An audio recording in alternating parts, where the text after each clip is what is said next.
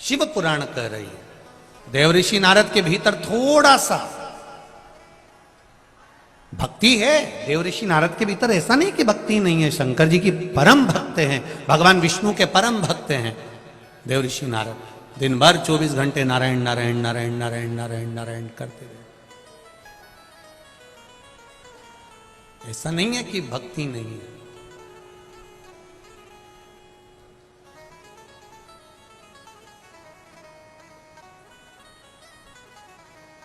देवऋषि नारद के भीतर भक्ति तो है, भगवान विष्णु की भक्ति है, पर देवऋषि नारद को यह ज्ञात नहीं है कि भक्ति करो मना नहीं है, पर किसी को नीचा दिखाने का प्रयास मत करो। भजन करने की मना नहीं है, पर किसी को नीचा दिखाकर अगर आप भजन कर रहे हो तो उसका कोई महत्व नहीं।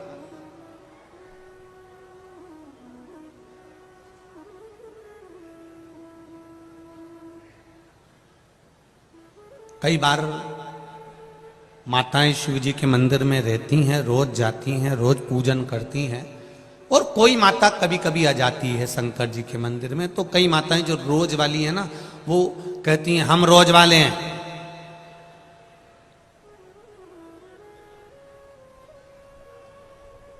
पहले हम पूजन करेंगे।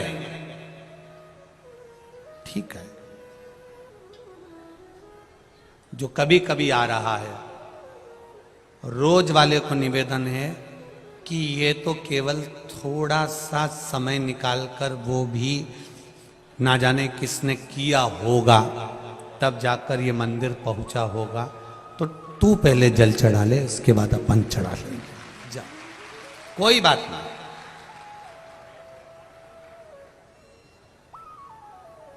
पर कई लोगों की आदत रहती है, जब तक वो दो चार को पूछते नहीं है, धक्का मक्का नहीं दें, तब तक वो प्रवेश करते ही नहीं है।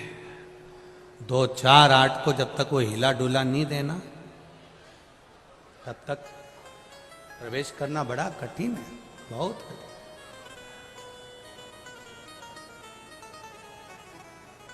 महाराज, देवऋषि नारद के भीतर भगवान नारायण की भक्ति तो थी, पर देवऋषि नारद ने एक बार मन में सोचा कि बताओ, भगवान शंकर तप में लीन थे और कामदेव ने उनकी समाधि तोड़ दी। बड़ा आश्चर्य की बात है। इतने बड़े देवता, बार बार लोग कहते हैं कि ब्रह्मा जी के पिता हैं भगवान विष्णु और भगवान विष्णु के पिता हैं भगवान शंकर।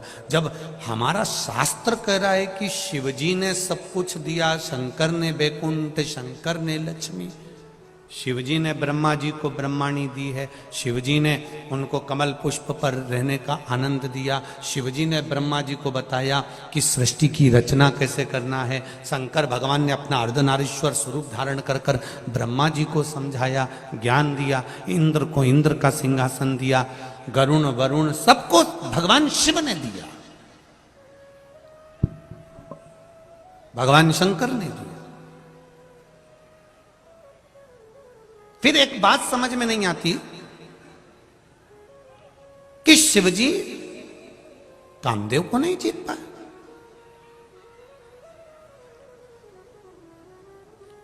फिर समझ लेना मेरी जीजियां जितनी बैठी हैं इस कल्याणपुर कानपुर में जो कथा चल रही है, और जितने लोग आस्था चैनल पर सुन रहे हैं, जितने फेसबुक पर सुन रहे हैं, और जितने यहां सुन रहे हैं, और जितने बाउंड्री के बाहर सुन रहे हैं, आप लोग भी जरा ध्यान से सुनना। राम जी महाराज का विवाह मुहूर्त देखकर हुआ था। बोलो, हुआ था कि नहीं हुआ था? राज तिलक भी मुहूर्त देखकर हुआ।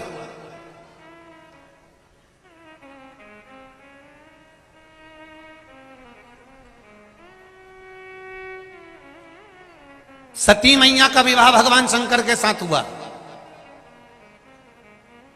पर सती मैया जलकर भस्म होती हैं, राम जी को वन जाना पड़ता है राज सिंहासन छोड़कर, सीता जी को भी वन वन डोलना पड़ता है। तो किसी ने एक प्रश्न किया कि ये क्यों हुआ, आखिर कारण क्या है, किस कारण से? स्वयं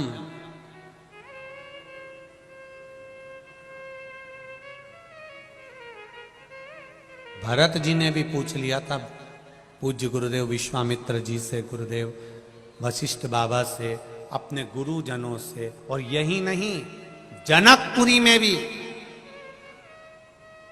जनक जी महाराज ने भी अपने गुरु जी से पूछ लिया था कि यह बताओ कि मेरी बेटी के भाग्य में ऐसा क्यों है, कारण क्या? कहा सुनहु भरत भावी प्रबल। ये जो भाग्य में जो लिखा है,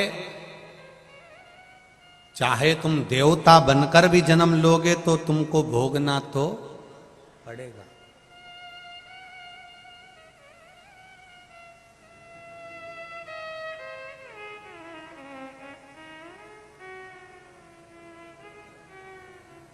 भोगना तो पड़ेगा, ये निश्चित है।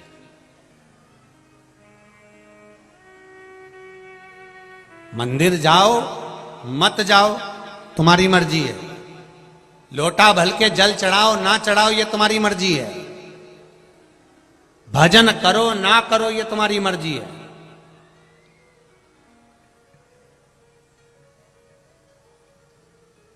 कर्म का भोग तो भोगना पड़ता है। मेरे राम जी महाराज ने छुपकर बाली को मारा था, तो कृष्ण अवतार में बाली ने छुपकर भगवान कृष्ण को बाण मारा था।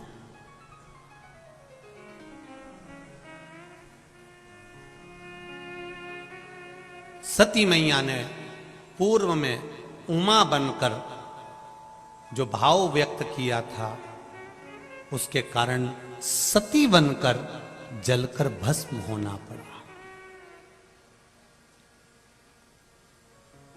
एक गर्भवती चिड़िया को कैद में रखा तो माता जानकी भी गर्भ में रही, तब उनको भी बन बन डोलना पड़ा। कर्म की गति है, कौन मिटा सकता है?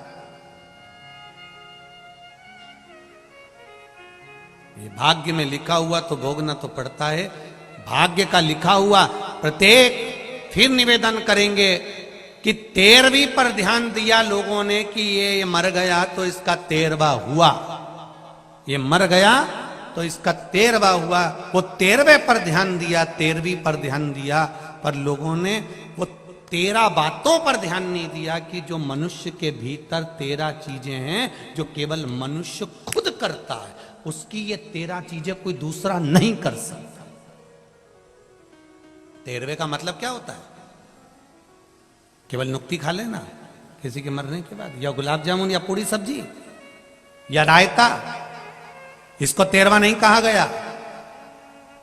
13 चीजें मनुष्य के जीवन में ऐसी होती है जो मनुष्य को खुद करना पड़ता है, कोई दूसरा नहीं करता।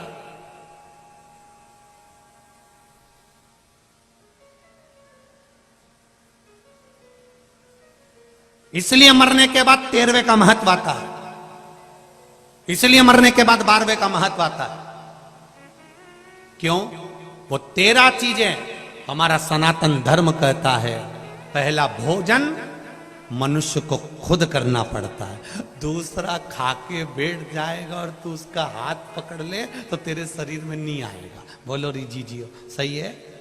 अगर ऐसा होता तो आज शादी में सबसे ज्यादा बचत होती। पति तुम्हारा समोसा खाता, तुम सिर पे पल्लू लेके उसको टच करके घूमती। एक प्लेट का भोजन बच गया कि नहीं बच गया? सवेरे पत्नी चाय पीती, पति उसको टच कर लेता, पी ले तू पी ले, मैं तुझे टच करा। बचता कि नहीं बचता? सनातन धर्म में 13वें के महत्व को समझो कि किसी के मरने के बाद 13वां क्यों होता है, किसी के मरने के बाद 12वां क्यों होता है। उस 13वां के 13 चीजें हमारे सनातन धर्म ने दी है कि ये 13 मनुष्य खुद करे तो फायदा है, दूसरा नहीं कर सकता। पहले नंबर पर भोजन स्वयं को करना पड़ता है, दूसरे नंबर पर प्यास, पानी खुद को पीना पड़ता है। पड़ोसी पानी पिएगा तो तुमको तृप्ति नहीं मिलेगी। तीसरे नंबर पर है खांसी। अब तुम्हें खांसी आ रही है, तुम पड़ोसन से कहते तू खांस ले, खांस, पड़ोसन खांस लेगी तो तेरी खांसी ठीक हो जाएगी? नहीं, खांसना भी खुद को पड़ता है। छींकना, जैसे ही छींक आए इतने में तुम्हारे पति के दर छींका, छींक देगा। छींकना भी स्वयं पड़ता है। नींद, तुम्हारे बत्तल का कोई दूसरा सो भी जाएगा ना तो तुम्हें लाभ नहीं मिलेगा। नींद भी स्वयं को ही लेना पड़ेगा, स्वयं को नींद लेना पड़ेगा, स्वयं। 5वें नंबर पर, 6ठे नंबर पर आती है फिर उबासी। जो आप मुंह खोलकर उबासी लेते हो, ये भी कोई दूसरा नहीं ले सकता, ये अपने को खुद की लेना पड़ेगी।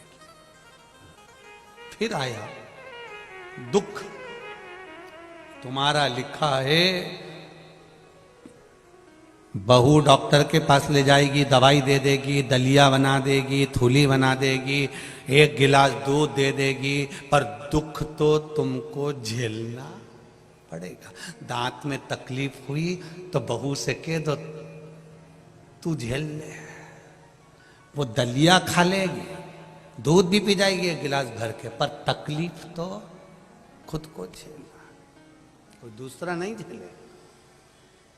सुख, ये भी हम स्वयं झेल सकते हैं, कोई दूसरा नहीं। रोना, हमारे बत्तल का दूसरा नहीं रोएगा, तुम्हें देखकर भले रो लेगा, पर रोना भी हमारा खुद का है, हंसना भी हमारा खुद का है। 11वें नंबर पर है नित्य क्रिया, प्रातः के समय की, वह भी हमारी खुद की, कोई दूसरा नहीं कर सकता।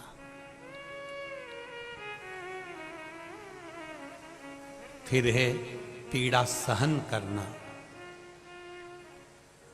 अपनी पीड़ा को अपन स्वयं सह सकते हैं, कोई दूसरा नहीं सह सकता। आप कह दो, आप किसी को बोल सकते हो मुझे ये पीड़ा हो रही है, आप किसी को कह सकते हो मुझे ये दुख है, मुझे ये तकलीफ है, मुझे ये कष्ट है, पर पीड़ा सहना आपको ही पड़ेगी, कोई दूसरा नहीं सह सकता।